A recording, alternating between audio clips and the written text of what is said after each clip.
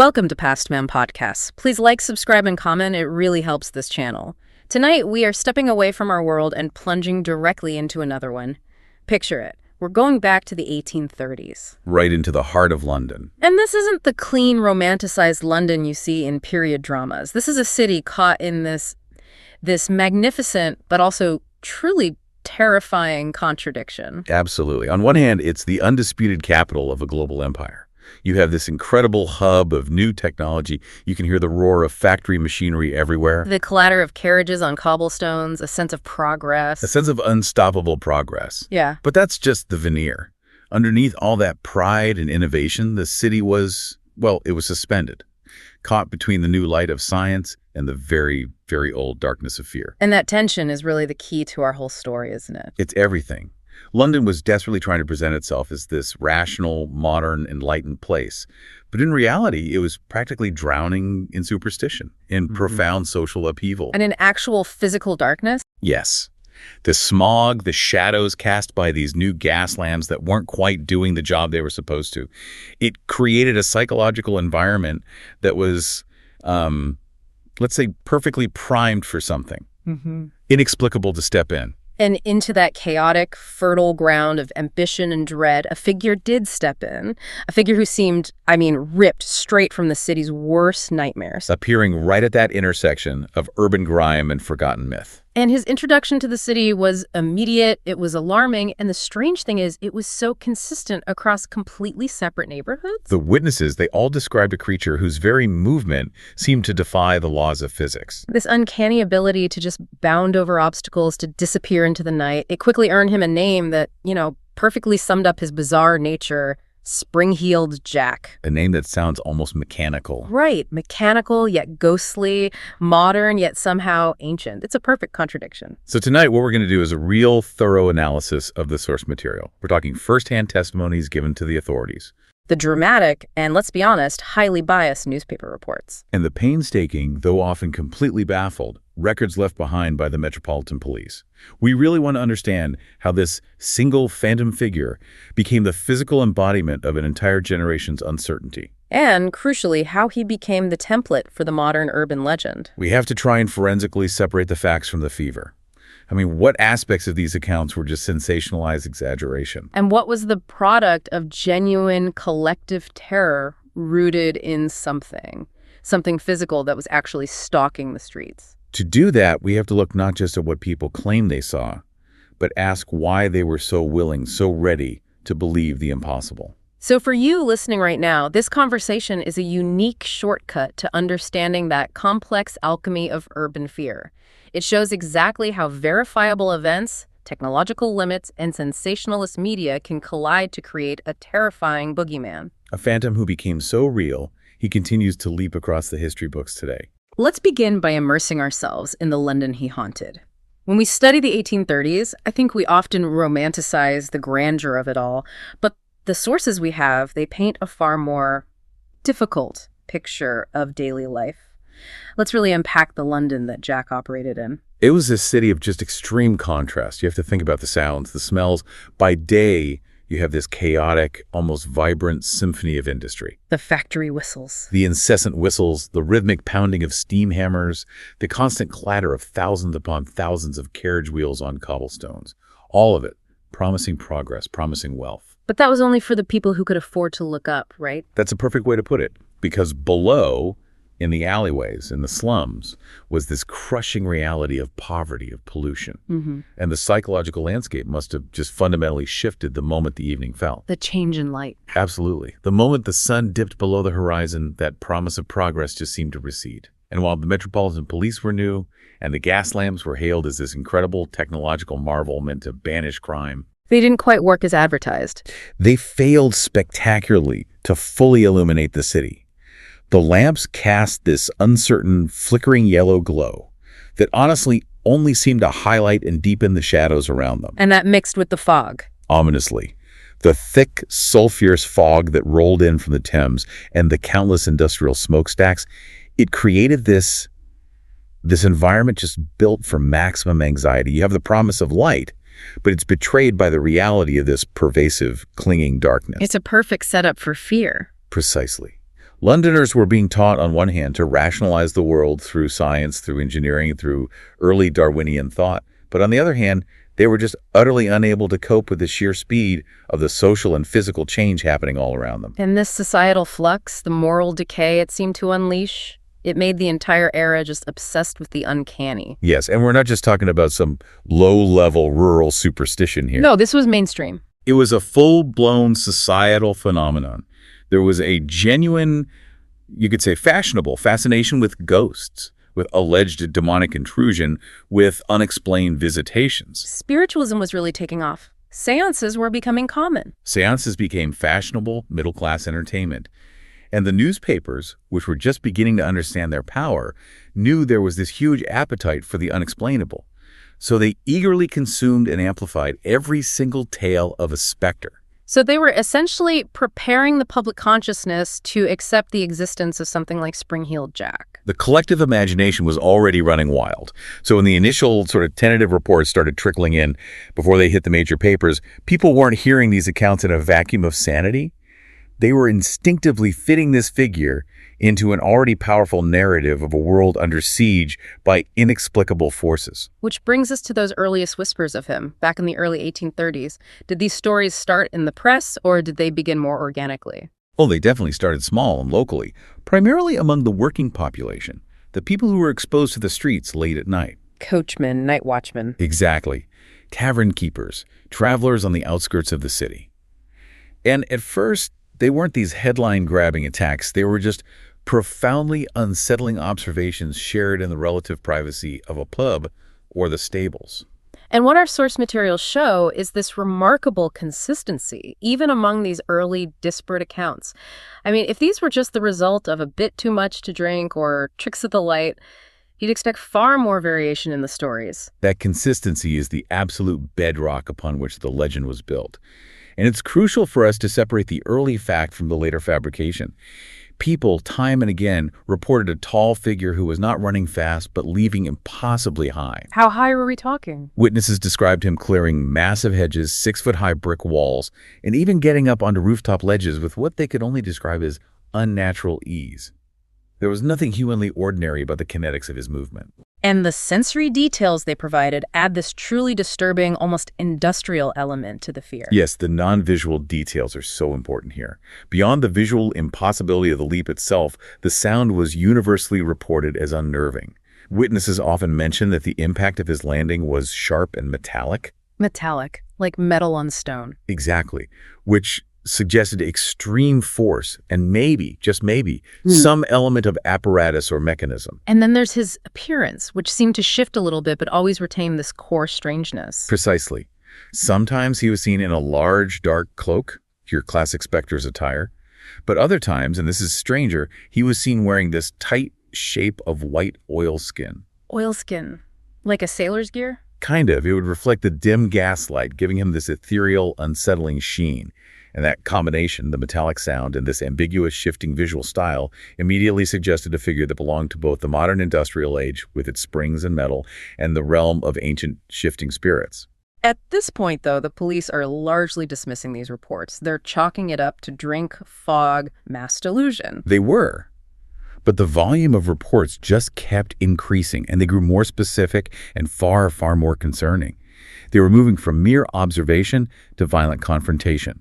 And that shift from folklore to a citywide crisis occurred decisively in 1838. Spring-Heeled Jack stopped being this strange curiosity that just leaped away. He started being a malicious entity that inflicted harm. Yes, and this is the inflection point where the police could no longer simply ignore the phenomenon. So let's detail that escalation. What were the first clear signs that Jack was actively and, dangerously assaulting people? The initial physical assaults were genuinely bizarre. They often targeted isolated individuals or travelers on those country lanes bordering London's rapidly expanding suburbs.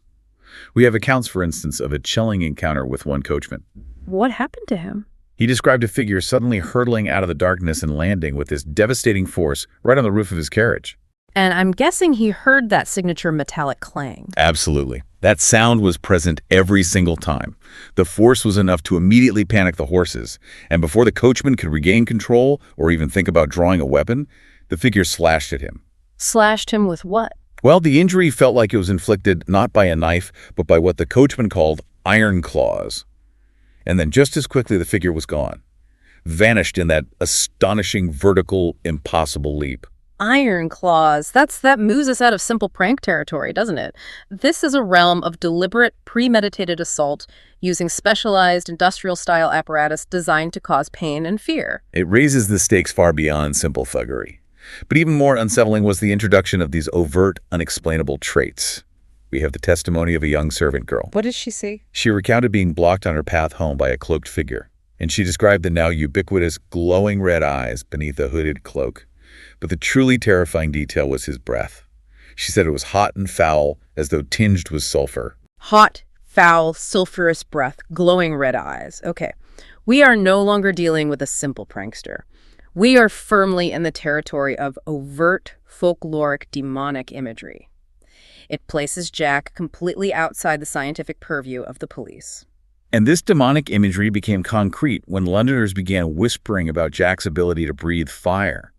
Reports became widespread, claiming that blue flames sputtered from his mouth during confrontations. And these weren't just stories. People were getting hurt. Yes, causing actual burn injuries and, frighteningly, singeing hair and clothing. This is the detail that just paralyzed investigators. Because it's so theatrical, it sounds like something from a cheap stage show, but the physical evidence and the witnesses were just too difficult to dismiss. And attention is key. It sounded like the most exaggerated, implausible piece of melodrama, yet the witnesses, we're talking tradesmen, factory workers, coach drivers. They were ordinary, credible working people providing consistent accounts, which were then backed by evidence of genuine physical harm. It created a terrifying feedback loop. Credible people reporting impossible things. It did. But the true public panic, the moment this went from a problem to a crisis, erupted with the defining case, Jane Alsop. This is the moment Jack became a national terror. Take us through the details of that incident in February 1838. Okay, so Jane Alsop, she's only 19 years old. She's at home with her family on a street called Bearbinder Lane. It's a cold evening, and they hear this frantic, but also somehow authoritative knock at the door. And Jack used deception here, a calculated move designed to neutralize suspicion and get access. Exactly. When Jane answered the door, the figure identified himself as a police officer. Remember, this is a figure of authority, meant to symbolize the new order, and he urgently requested a light. What was his story? He claimed he had caught the notorious Spring-Heeled Jack in the dark lane, and he needed illumination to manage the prisoner. So Jane, naturally wanting to assist law enforcement, she complies and brings out a candle. A gesture of civic duty that turns into immediate terror. Instantly, the figure throws off his outer cloak, and Jane is confronted not by a constable, but by this horrifying sight. A tight-fitting white suit, clinging to what she described as an unnatural frame. Unnatural frame? What did she mean by that? It suggested an unsettling muscularity, or a shape beneath the fabric that wasn't quite human. And his eyes, she insisted, were glowing red, burning like coals in the dim candlelight. And then came the fire. The terrifying climax. He suddenly opened his mouth and a blue-white flame erupted toward her face. It caused this immediate searing heat that scorched her dress and singed her hair. And before she could even scream, the creature grabbed her arm. And the grip. It felt instantly, chillingly metallic. And he began tearing at her clothing with those razor-sharp claws. The specificity of this account, the white suit, the metal grip, the blue flame, the verifiable injuries, this must have lent immense, undeniable weight to her testimony. It must have forced the police to act. It absolutely did. It was specific, it was terrifying, and the injuries were immediately verifiable.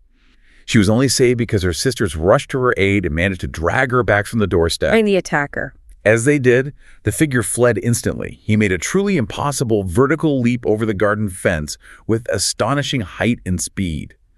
The family was left hysterical, but their account was consistent, and it was backed up by physical evidence. And before the shock of the Alsop case could even subside, the city was rocked by a second major incident, this one involving Lucy Scales. The Scales incident provided corroboration just a few days later. It shifted the panic from a localized terror to a genuine citywide crisis.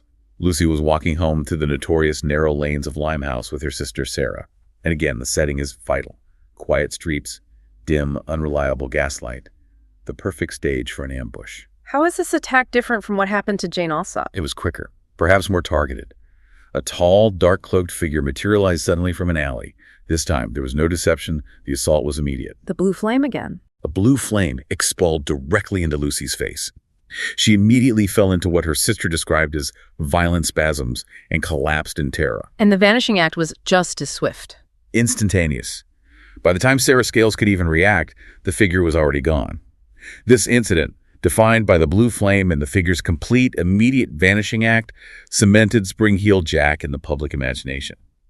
These two attacks, back-to-back, provided what Londoners saw as definitive proof that a terrifying, quasi-supernatural entity was stalking their city at night. So, following these sensational attacks on Alsop and Scales, the Metropolitan Police, a relatively new force at this time, they found themselves in this unprecedented and frankly impossible position. It was an operational nightmare for the police commissioner. I mean, they were being tasked with hunting a figure who seemed to defy not just ordinary criminal law, but the laws of nature itself. And what were the officers thinking privately? Privately, many of the high-ranking officers doubted the glowing eyes and the fire breathing. They were leaning heavily toward a theory of mass hysteria fueled by the sensationalist press. But they couldn't just ignore it. They absolutely could not. The sheer volume of corroborating reports and, more importantly, the verifiable physical evidence of assault meant they had to take it seriously. They had to investigate a phantom. The strength of their entire case really rested on the credibility of the victims. Indeed. And Jane Alsop's testimony was crucial. She was visibly traumatized.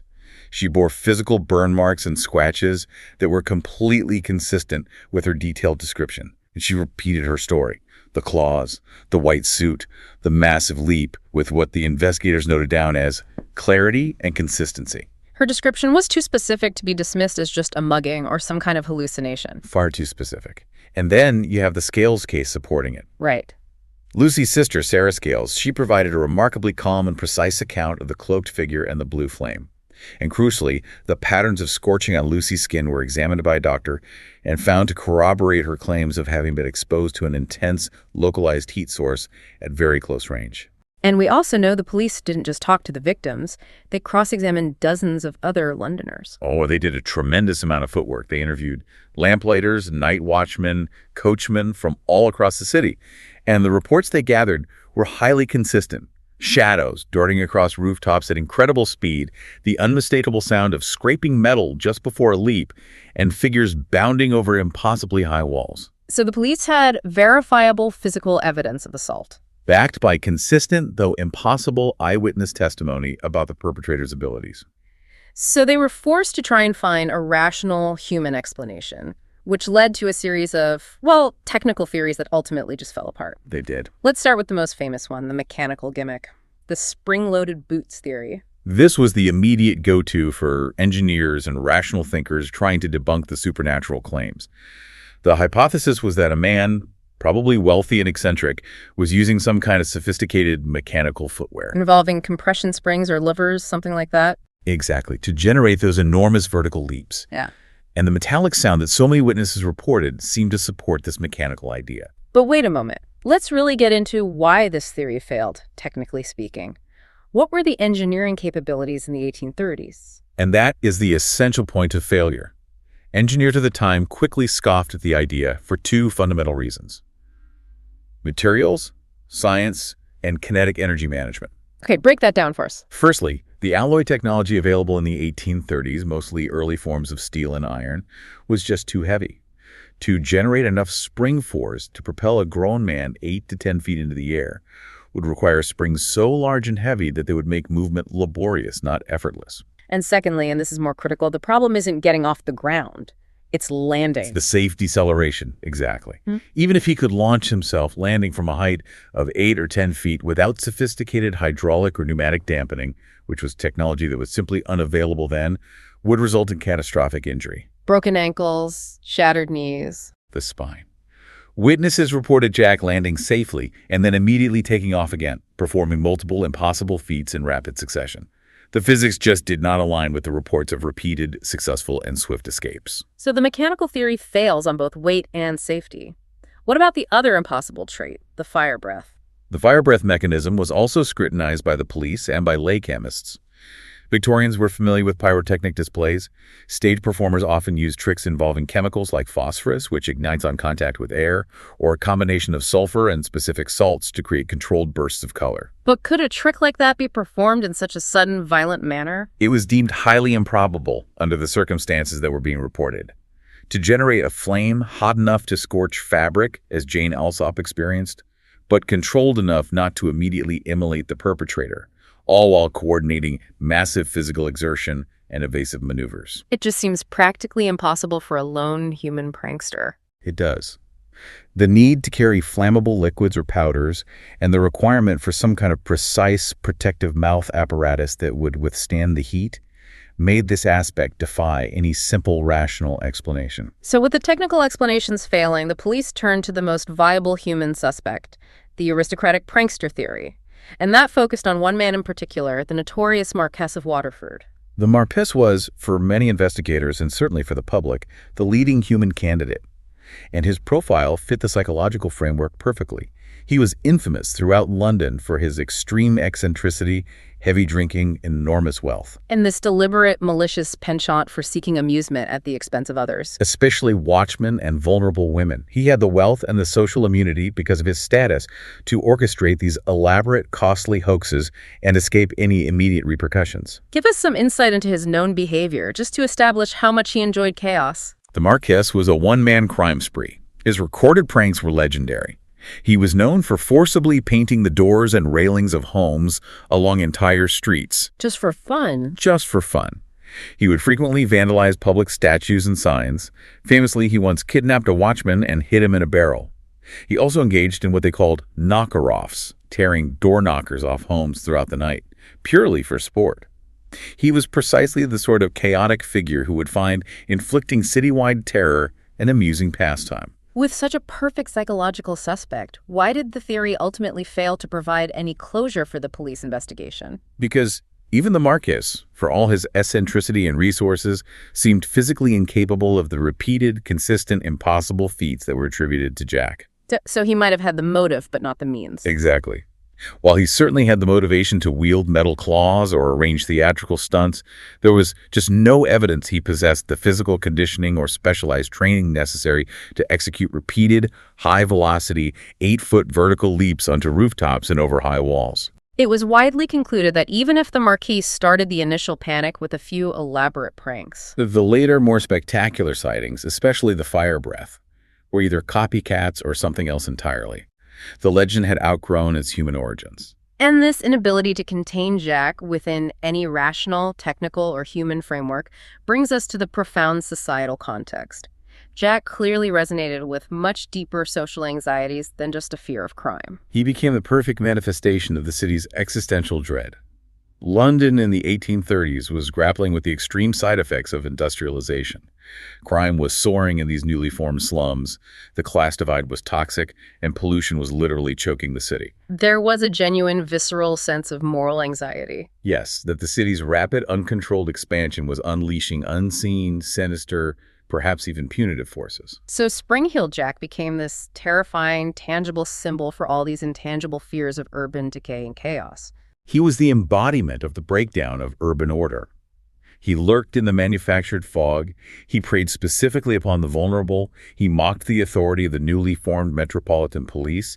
And most powerfully, he defied the established laws of nature and science upon which the Age of Enlightenment was built. He symbolized the terrifying fear that London's rapid, arrogant growth had opened the door to forces, be they human or supernatural, that no scientific explanation or police force could control or even adequately define. A key factor in Jack's astonishing longevity and his transformation from a local incident to a global legend is that he never settled into a singular, easy-to-identify description. Right. It was the ambiguity, the blatant contradictions in the sightings that allowed the legend to adapt and spread and survive. Let's examine that blurring description. For a figure that terrorized the capital, why was there such inconsistency in what witnesses claimed to see? The variation is extreme. Early witnesses reported him as tall and gaunt, but later accounts described him as short and stocky. And the attire shifted constantly. Sometimes it's the dark, demonic cloak. Other times, it's that highly conspicuous tight white or oilskin suit. Even his eyes were inconsistent.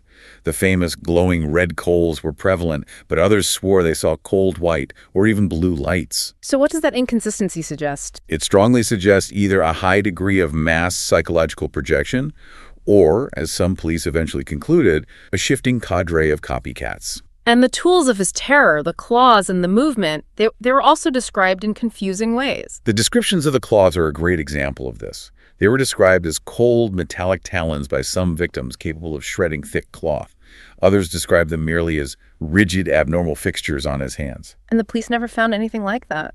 Never recovered any tools fitting this description, yet the injuries were physically documented. Furthermore, the movement, while always impossible, was described by some as springing or bouncing like a cat, which suggests fluidity.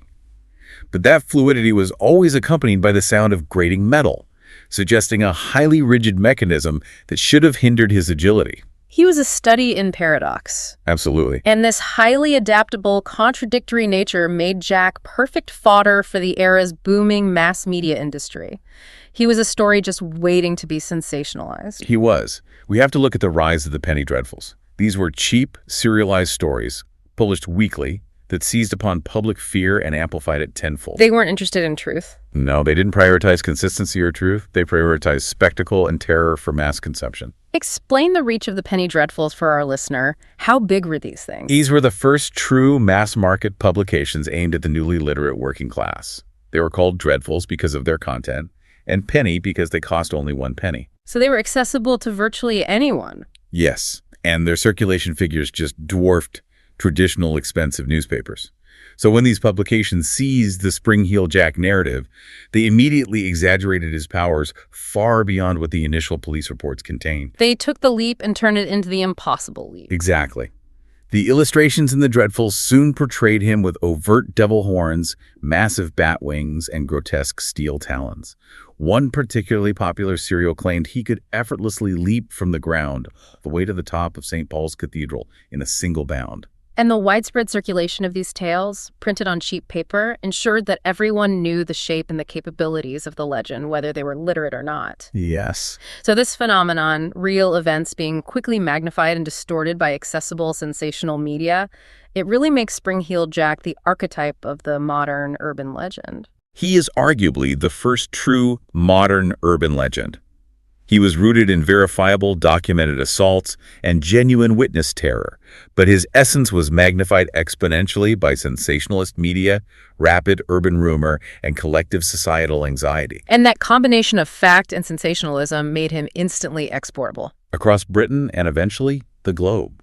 And his geographic reach proves this. The reports didn't stay confined to London's gaslit streets. No, the legend spread like wildfire. In Sheffield, a figure matching the description was seen bounding over factory roofs, using the new industrial landscape as his playground. In Liverpool reported a creature leaping across entire streets, terrifying dock workers near the ports.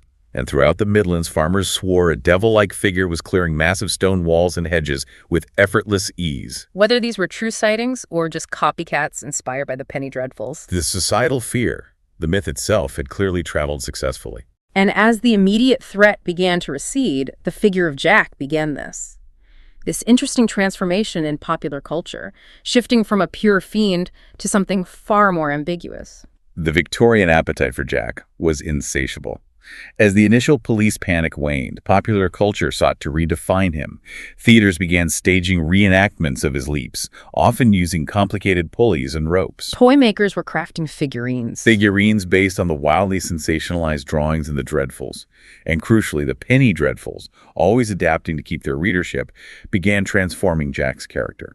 How did they manage to transform a monster into something more complex? They turned him into a dark, quasi-heroic vigilante. He started punishing evildoers and corrupt officials, using his impossible abilities not just for terror, but for a kind of twisted justice. So this cultural shift, recasting a monster as a figure operating outside the constraints of law and nature to achieve dark ends. It essentially created the early prototype of later masked anti-heroes and vigilante figures that would define 20th century fiction.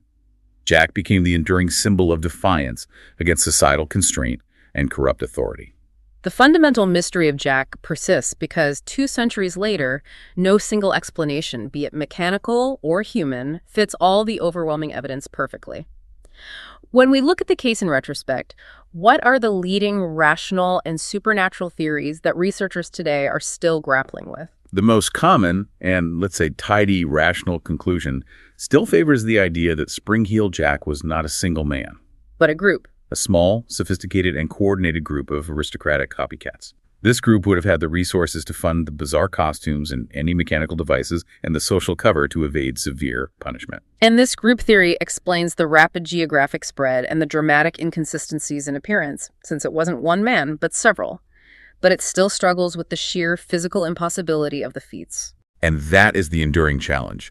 The consistency of the impossible, sustained vertical and horizontal leaps-clearing barriers that even highly trained professional acrobats of the time couldn't manage, that still undermines the purely human, rational theory. So if it was human, they were using methods that remain scientifically unexplained even now, given the known limits of materials technology in the 1830s. Precisely. And this vacuum of rational explanation is what keeps the supernatural beliefs alive, even today. Absolutely. For many researchers, both historical and modern, Jack must be explained through the lens of folklore. He was either a demon, an emissary of the devil sent to corrupt the rapidly industrializing city, or maybe an ancient fey creature who had somehow bled into the modern industrial world. And his fiery breath and his uncanny ability to just repeatedly and totally evade capture across decades, that remains the primary fuel for these non-rational theories. It does. What's truly remarkable is that Jack's presence refused to be relegated to history. His story persists deep into the 20th century, long after the gas lamps had been replaced by electricity and the Metropolitan Police were fully established. The figure simply refused to retire. The reports continued, though they were generally less intense and less focused on direct assault. We have accounts in 1904, in Warwickshire, of a figure seen leaping over massive barns. And what else? Descriptions of a creature perched silently on church spires in Devon. These later sightings reinforce the idea that Jack was evolving into something more spectral, a true wandering ghost of the industrial age, defined by his ability to jump. And this persistence across different centuries allowed Jack to enter modern cultural influence in entirely new ways.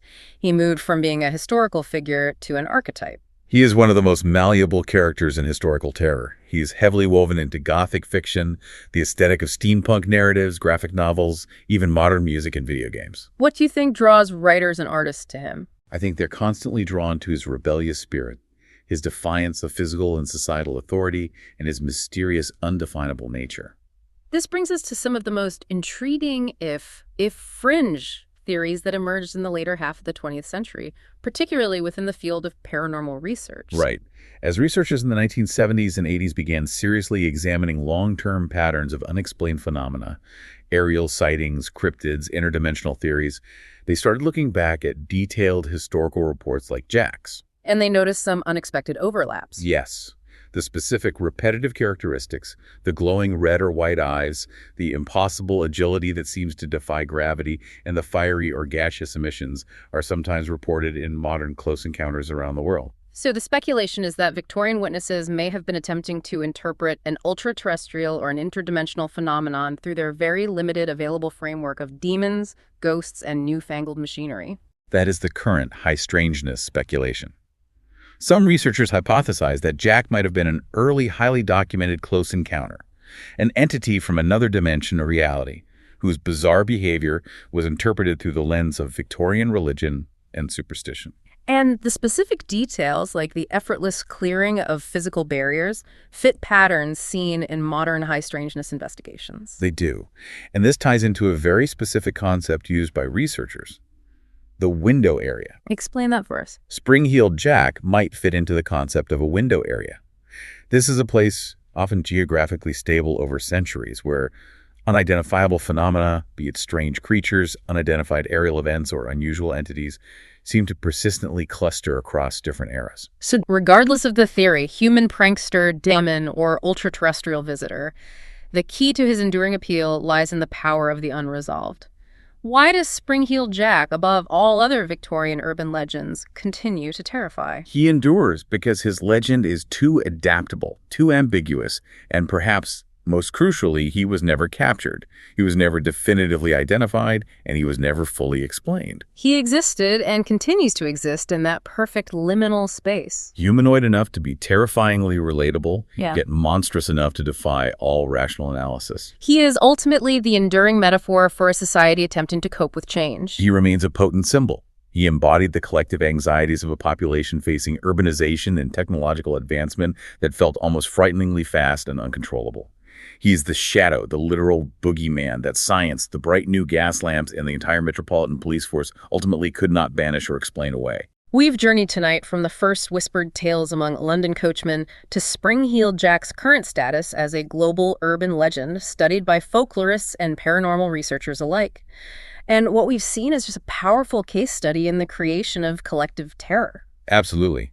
The core takeaway is how acute social fear, the limitations of technology in the 1830s, and the sensational machinery of emerging mass media combine perfectly to forge a boogeyman who still leaps in the public imagination. And because every technical explanation failed and every police investigation stalled, his story remains forever suspended between history and myth. That unresolved nature allows him to adapt and terrorize generation after generation, fitting into whatever anxieties the current society holds most dear. It makes us turn our attention to the present.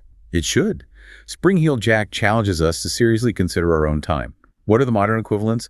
What are the figures or the unexplained phenomena that personify our deepest, most unexplained urban anxieties today? The things that defy easy explanation and thrive in the gray areas between verifiable fact, digital misinformation, and collective fear. The unexplained figure that leaps out of the darkness and mocks our modern technological competence. We still have our jacks, and until we fully understand the mechanism of collective fear, they will continue to find us.